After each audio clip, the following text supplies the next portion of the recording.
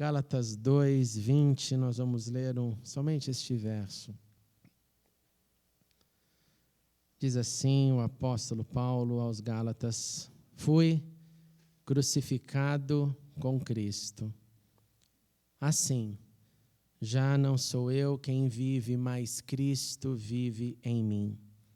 A vida que agora vivo no corpo, vivo pela fé no Filho de Deus, que me amou e se entregou por mim.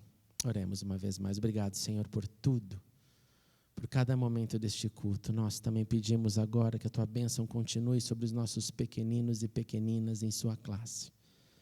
Abençoe os professores. Dê da Tua graça sobre graça e que todas aquelas crianças recebam o Evangelho nesta noite, o amor. E que eles venham a um dia também confessar o Seu nome como único Senhor da vida deles. Abre agora o nosso coração e entendimento.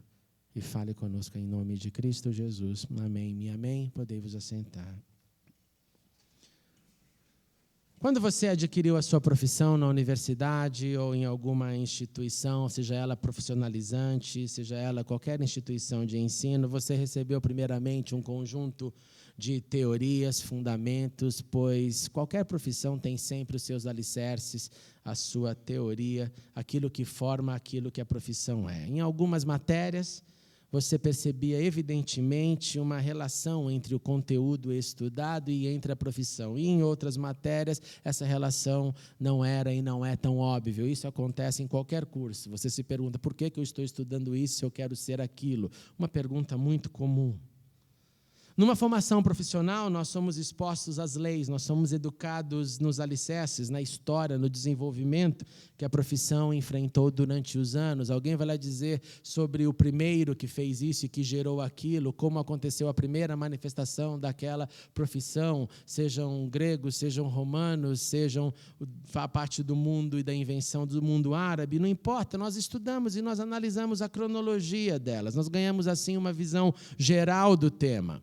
Nós prosseguimos, então, para um contato mais específico, depois que entendemos mais aquela visão generalizada dos fatos, dos alicerces, do fundamento e da sua história. Diante dessas primeiras experiências, dos primeiros exercícios relacionados com aquilo que nós decidimos ser, eu vou ser isso quando crescer, aparecem sempre dois sentimentos no período de formação. O primeiro é a alegria de perceber que realmente escolheu certo. Quando você escolheu certo e percebeu que aquilo faz eco e traz alegria para o seu coração, você se alegra. Você, poxa, que legal, era realmente isso que eu queria ser, estou me identificando com o tema. Ou, se você não fez a lição de casa, a lição prévia para entender o que aquela profissão te levaria e para onde ela te levaria, você pode ser atacado por uma grande desmotivação, constatando que errei no curso escolhido. Alguns permanecem nesse erro, outros levantam a mão, pedem socorro e dizem, não, eu vou parar agora e vou tentar outra coisa, porque eu não quero perder tempo da minha vida. Quem busca informações antes, então tem mais chances de acertar. Quem busca menos informações tem muito mais chances de errar nesse processo.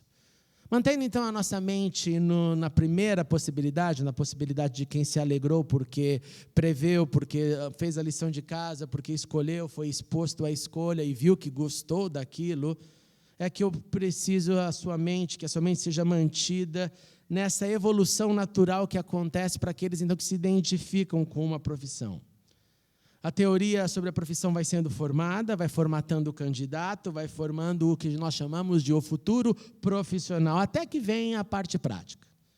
Nessa parte prática, em alguns casos, nós temos os estágios, quando a teoria começa a se manifestar nas escolhas, nós começamos a ter aquilo que a gente chama no inglês de hands-on, quando eu coloco a minha mão e começo a fazer aquilo acontecer.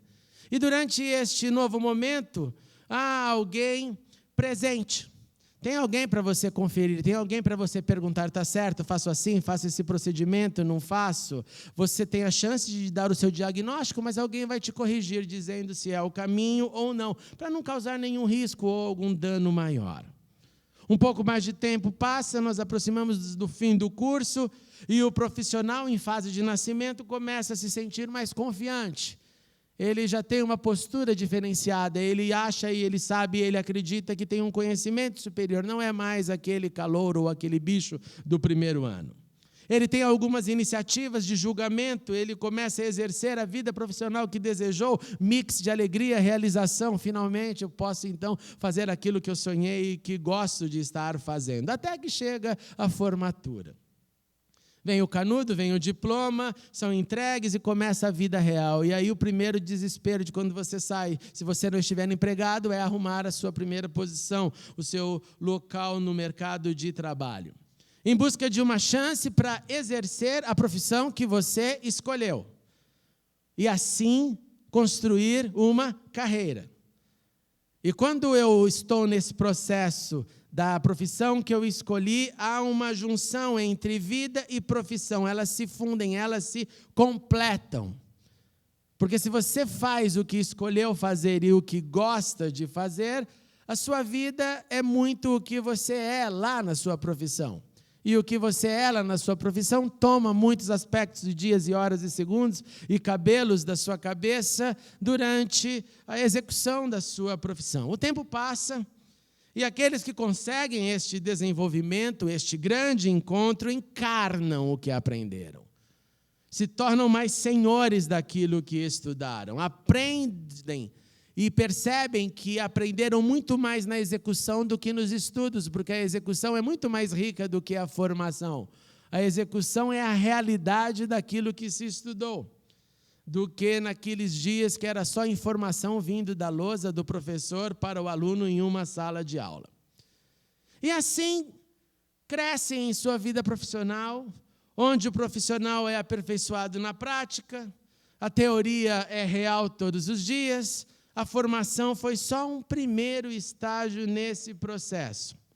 E na vida, na rotina, diante dos muitos casos, daqueles inclusive que não foram previstos durante o estudo, com muito suor, com muito trabalho, alguém adquire o que chamamos de know-how, a segurança, os resultados daquilo que estudou para ser. E começamos, então, a entender que no meu suor, no meu aperfeiçoamento, na minha transpiração, eu posso chegar a lugares mais altos. Por isso que aquela frase atribuída a Thomas Edison, o inventor da lâmpada, né, um dos grandes inventores dos últimos séculos, é muito verdadeira, quando diz que genialidade é 1% de inspiração e 99% de transpiração. Mas isso é na vida profissional, isso é nas suas aptidões, nos seus desejos.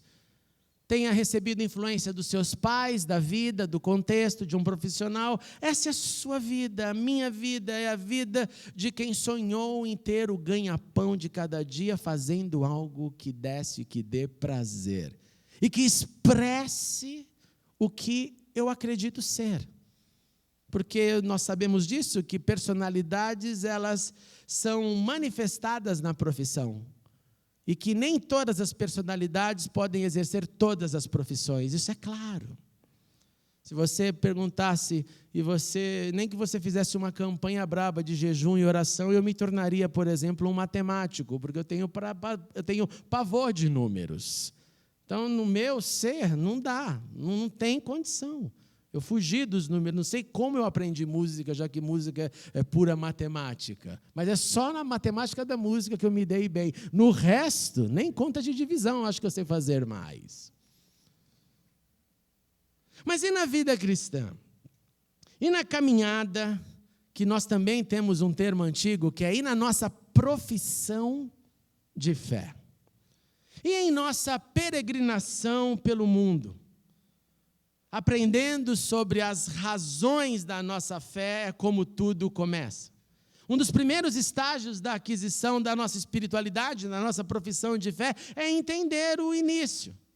Nós aprendemos algo porque ouvimos de alguém. Foi em casa, foi na rua, alguém nos falou. E essa verdade começa a ser digerida, entendida, a teoria vai sendo vivenciada. Antes de ser experimentada ou testada, eu dou alguns passos. E de uma maneira sobrenatural, o amor de Deus nos atrai no início. Não é a teoria, é o amor de Deus que nos atrai. e o seu Santo Espírito nos toca, e nós começamos a sentir o conforto da presença dele, mesmo quando ainda temos uma escassez muito grande de informações, sentimos que Deus está fazendo tudo. E a grande verdade é que o tempo passa e nós ficamos morrendo de saudade do primeiro amor, não é? É crise em gabinete toda semana, mas no início era assim, e agora não é mais. Porque ele fazia tudo, ele revelava tudo, ele manifestava tudo, ele cobria tudo, ele sabia, esse ser aqui não entende nada, deixa o meu amor cobri-lo. Até que ele desenvolva um pouco mais da sua consciência e perceba que há um aspecto humano, que há um aspecto que é ele, que é ela, que irá perpetuar, fazer fazendo, aprender aprendendo, clamar, executar, orar, se relacionar, servir, tudo que tem a ver com a nossa caminhada de fé. No início, então, da caminhada da fé, as sensações são maiores. E elas nos impulsionam a prosseguir para o próximo estágio. E nós vamos aprendendo, a palavra vai sendo ministrada, e aí eu começo a aplicar na minha rotina, mas é um processo lento. Aprendemos com os que já caminharam um pouco mais, nós aprendemos observando. Eu lembro quando eu fazia as minhas primeiras observações e checava com a minha mãe. Mãe, aquele pastor, ele é assim, né? Ele faz isso. E minha mãe ia com todo amor. Meu filho, mas esse é o jeito dele, não se preocupe, ele é uma pessoa séria. Aí vem outra, mãe, mas aquele lá, nossa, quando ele ora, ele faz... Eu ficava notando, e ela tentando decifrar, colocar na perspectiva da individualidade de cada um, mostrar a diferença de cada um, porque nós aprendemos olhando, observando, convivendo. Aprendemos também reconhecendo os frutos. Se não há fruto para ser reconhecido, não há o que aprender nos frutos. Se há só fé e não obras, não há obras que atestam a fé, e aí é um problema. Então, frutos ensinam, fé ensina, comportamento ensina, a fala ensina, tudo o que vemos no outro, naquele que andou mais do que você, do que eu, nós temos como aprender. Nós aprendemos através da conduta, da vida, do comportamento. Um dia um diácono chegou para mim lá em Londres e tinha uma cantina num salão de festas, e aí eu falei para ele assim, eu estou com muita sede, hoje eu não bebi nada, acabou, os irmãos pegaram, guardaram tudo, não sobrou um copo de nada para eu beber, eu estava assim, sabe quando você está naquele estado de desidratação? Eu falei, eu estou com muita sede. Ele falou, pastor, vem aqui que eu dou um jeito, olha, tem aqui a igreja dos ingleses, tem aqui, você pega lá uma garrafa, não tem problema não. Eu só olhei para ele e falei, tem problema, irmão, porque não é minha garrafa. E eu não pedi autorização, então tem problema. Ele olhou para mim como se estivesse me testando. Eu nunca me esqueço desse dia. Parece que a pergunta foi para ver, será que ele vai cair ou não? E quando eu disse, não é minha, eu vou com sede, eu passo num posto de gasolina, eu compro uma garrafa d'água, eu faço qualquer coisa. Ele me abraçou com muito amor, chorou com muito amor e falou, Senhor Jesus, me ensine a caminhar com integridade, mesmo quando ninguém está vendo. Porque nós aprendemos olhando. Gestos ensinam, gestos transcendem a fala. E nós constatamos então que aqueles que já conhecem o Senhor e que vivem de maneira diferente, que eles vivem com significado, que eles vivem com mais paciência, que eles vivem com mais compaixão, que eles vivem com mais amor, vivem compartilhando a profissão de fé que um dia receberam. E a profissão de fé que nós recebemos é a profissão de embaixadores do reino de Deus, representantes de Deus. Como escreveu Paulo, como se Deus estivesse fazendo o seu apelo por nosso intermédio. Vivem assim com consciência de que a proposta da cruz de Cristo inclui a crucificação simbólica do velho eu. E graças a Deus porque é simbólica, porque se fosse física nós não suportaríamos. A crucificação simbólica do meu velho homem, da minha velha natureza, a fim de que eu e você, que vivamos nele, para ele, por ele, como lemos. Eu fui crucificado com Cristo, é o que Paulo escreveu. Não sou eu quem vive, mas Cristo vive em mim. A vida que agora vivo no corpo, vivo pela fé no Filho de Deus, que me amou e se entregou por mim. Que coragem este homem tinha. Que coragem tinha para escrever para outros a respeito da sua vida.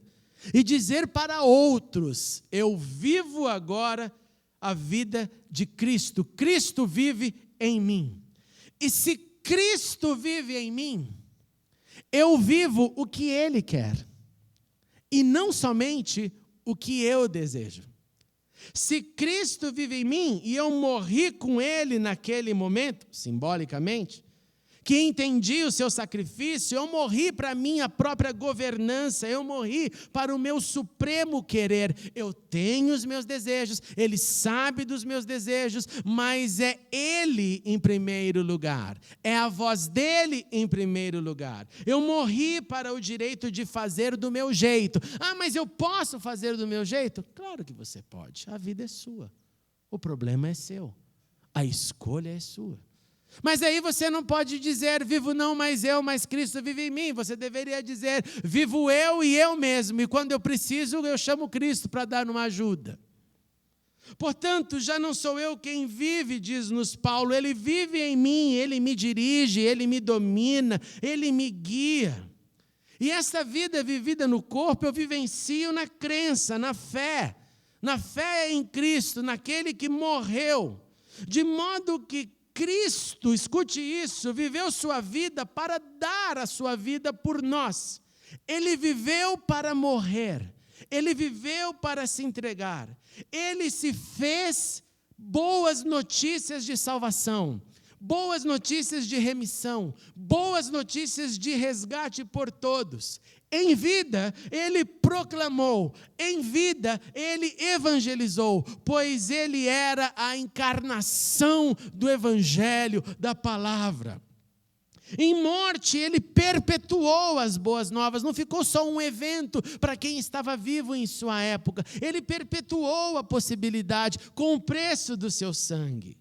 Então, se eu e você somos chamados para, uma vez que crucificados simbolicamente com Ele, vivendo não mais eu, não você, mas Cristo em mim, Cristo em você, Ele em nós. Nós somos também chamados para viver proclamando esta boa notícia, porque boa notícia é o que Ele é em sua essência. E se Ele vive em mim, são essas boas notícias, este evangelho que me sustenta e que tem que viver em mim, que tem que sair de mim para fora. É isso que me dá o significado. Nós somos então chamados para evangelizar, e evangelizar é viver o evangelho. Evangelizar não é simplesmente pegar um folheto, colocar no bolso e distribuir na rua, é também isso. Evangelizar é viver as boas novas. E quando eu vivo as boas novas, eu automaticamente reproduzo aquele que vive em mim nos outros. Por isso que repito, evangelizar é viver o evangelho e não um ato, uma campanha, uma logística, ou como alguns mais corajosos dizem, uma visão. Evangelizar é viver o evangelho. Quem evangeliza, evangeliza porque teve o seu interior moldado e está nesse processo de moldagem e continuará neste processo moldado pelas boas novas à medida que você permite. Senhor, o Senhor pode agora moldar isso, Ele vai lá e te ajuda. Aqui não, aqui você não pode, Senhor, Ele espera. Vai ser paciente assim lá no céu. Porque não é um absurdo que a gente faz com Deus, a gente fala para Ele, isso o Senhor pode, aquele outro não pode. Isso aqui eu dou permissão, isso aqui, Senhor, não vai ser bom para mim, então não faz não. A gente tem coragem de dizer para Deus o que vai ser melhor para a gente. Quem evangeliza, evangeliza porque recebeu, porque aprendeu a tarefa, a profissão da teoria, desde os primeiros conceitos, experimentos, e agora na prática. Vive o evangelho, vive evangelizando, pois está contido na vivência do evangelho o repartir da graça recebida como missão essencial e não opcional. Evangelizar é viver o evangelho, porque a evangelização que começa num estágio vai crescendo em nossos corações, e à medida que o evangelho nos transforma, o evangelho sai mais naturalmente da gente. Então, se o evangelho não sai de você naturalmente, é porque tem pouco evangelho, tem poucas boas notícias. Ainda não chegou no ponto do transbordar naturalmente, como um copo que você vai enchendo de água e transborda. Quando o evangelho transborda, o rio de água viva flui, ele vai jorrando por todos os lados, é natural. Não tem esforço, tem disciplina, mas não esforço, porque disciplina é colocar na agenda. Esforço é mover uma grande energia. Quando o evangelho está borbulhando em nós, não há esse grande esforço. Há disciplina para executá-lo, mas naturalmente ele flui. E vai formando a nossa vida como discípulos nos muitos encontros, nas tentativas, sejam elas boas, sejam elas ruins, não importa o resultado da proclamação do evangelho, o que importa é proclamá-lo, porque evangelizar é viver o evangelho. E nesse processo amplia a nossa compaixão e amor pelo próximo, amplia o nosso amor por Cristo, amplia a nossa capacidade de entender o que Cristo fez e faz por nós, amplia. Eu perguntei para o missionário Brito, você já pensou deitado lá? Ele me mostrou uma foto linda lá naquele céu azul.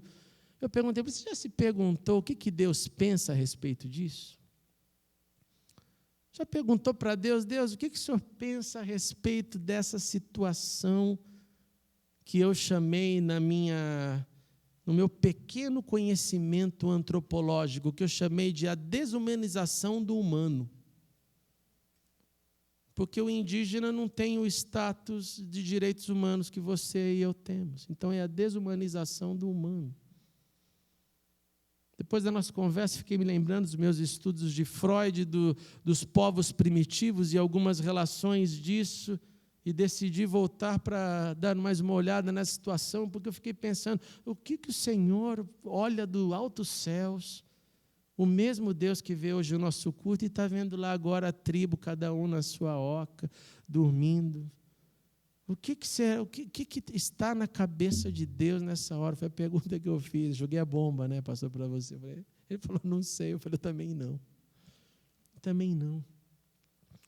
Mas o que eu sei é que, para nós que entendemos, que recebemos, que vivemos, esse evangelho começa a moldar a minha vida, a sua vida, e eu preciso, então, deixá-lo transbordar para todos os lados. Porque o contrário de tudo isso é verdade, meus irmãos. Quem não evangeliza não vive a vida que Cristo propôs a nós. Quem não sai da teoria do evangelho para a prática, porque eu estou ainda na formação, não cheguei no estágio ainda, cresce muito pouco, para não dizer que cresce com muita deficiência. Porque cresce com a ideia de que o evangelho é vinde a mim, vinde a mim, vinde a mim, vinde a mim, e que eu receba, e que vá com um sorriso bem grande para a igreja, porque recebi. Enquanto o evangelho é dar e dar mais um pouco, e morrer dando. Eu repito, se já estamos crucificados com Cristo, se queremos ecoar a nossa voz junto com a voz do apóstolo Paulo, se a vida que agora vivemos pela fé no Filho de Deus, que morreu e se entregou por nós, se temos encarnado em nós Cristo, Cristo é o Evangelho, portanto, evangelizar é viver o Evangelho. E a pergunta que eu quero fazer antes de nós concluirmos é: como anda a sua vida em seu evangelismo e o evangelismo em sua vida? Como anda o evangelho que vai moldando, que vai quebrando as estruturas ruins, carnais? E como anda a proclamação dessas boas novas? Praticá-lo é viver a vida pela fé. Praticá-lo é Cristo vivendo em nós, vivendo, vivo, manifestando-se em nós. crucificados com Ele, vivendo aquilo que Ele viveu. Ele viveu dando boas notícias, vivendo aquilo que causa profundas transformações em nós. Vivamos aquilo que Cristo é. Não se esqueça, irmãos e irmãs, evangelizar é viver o Evangelho.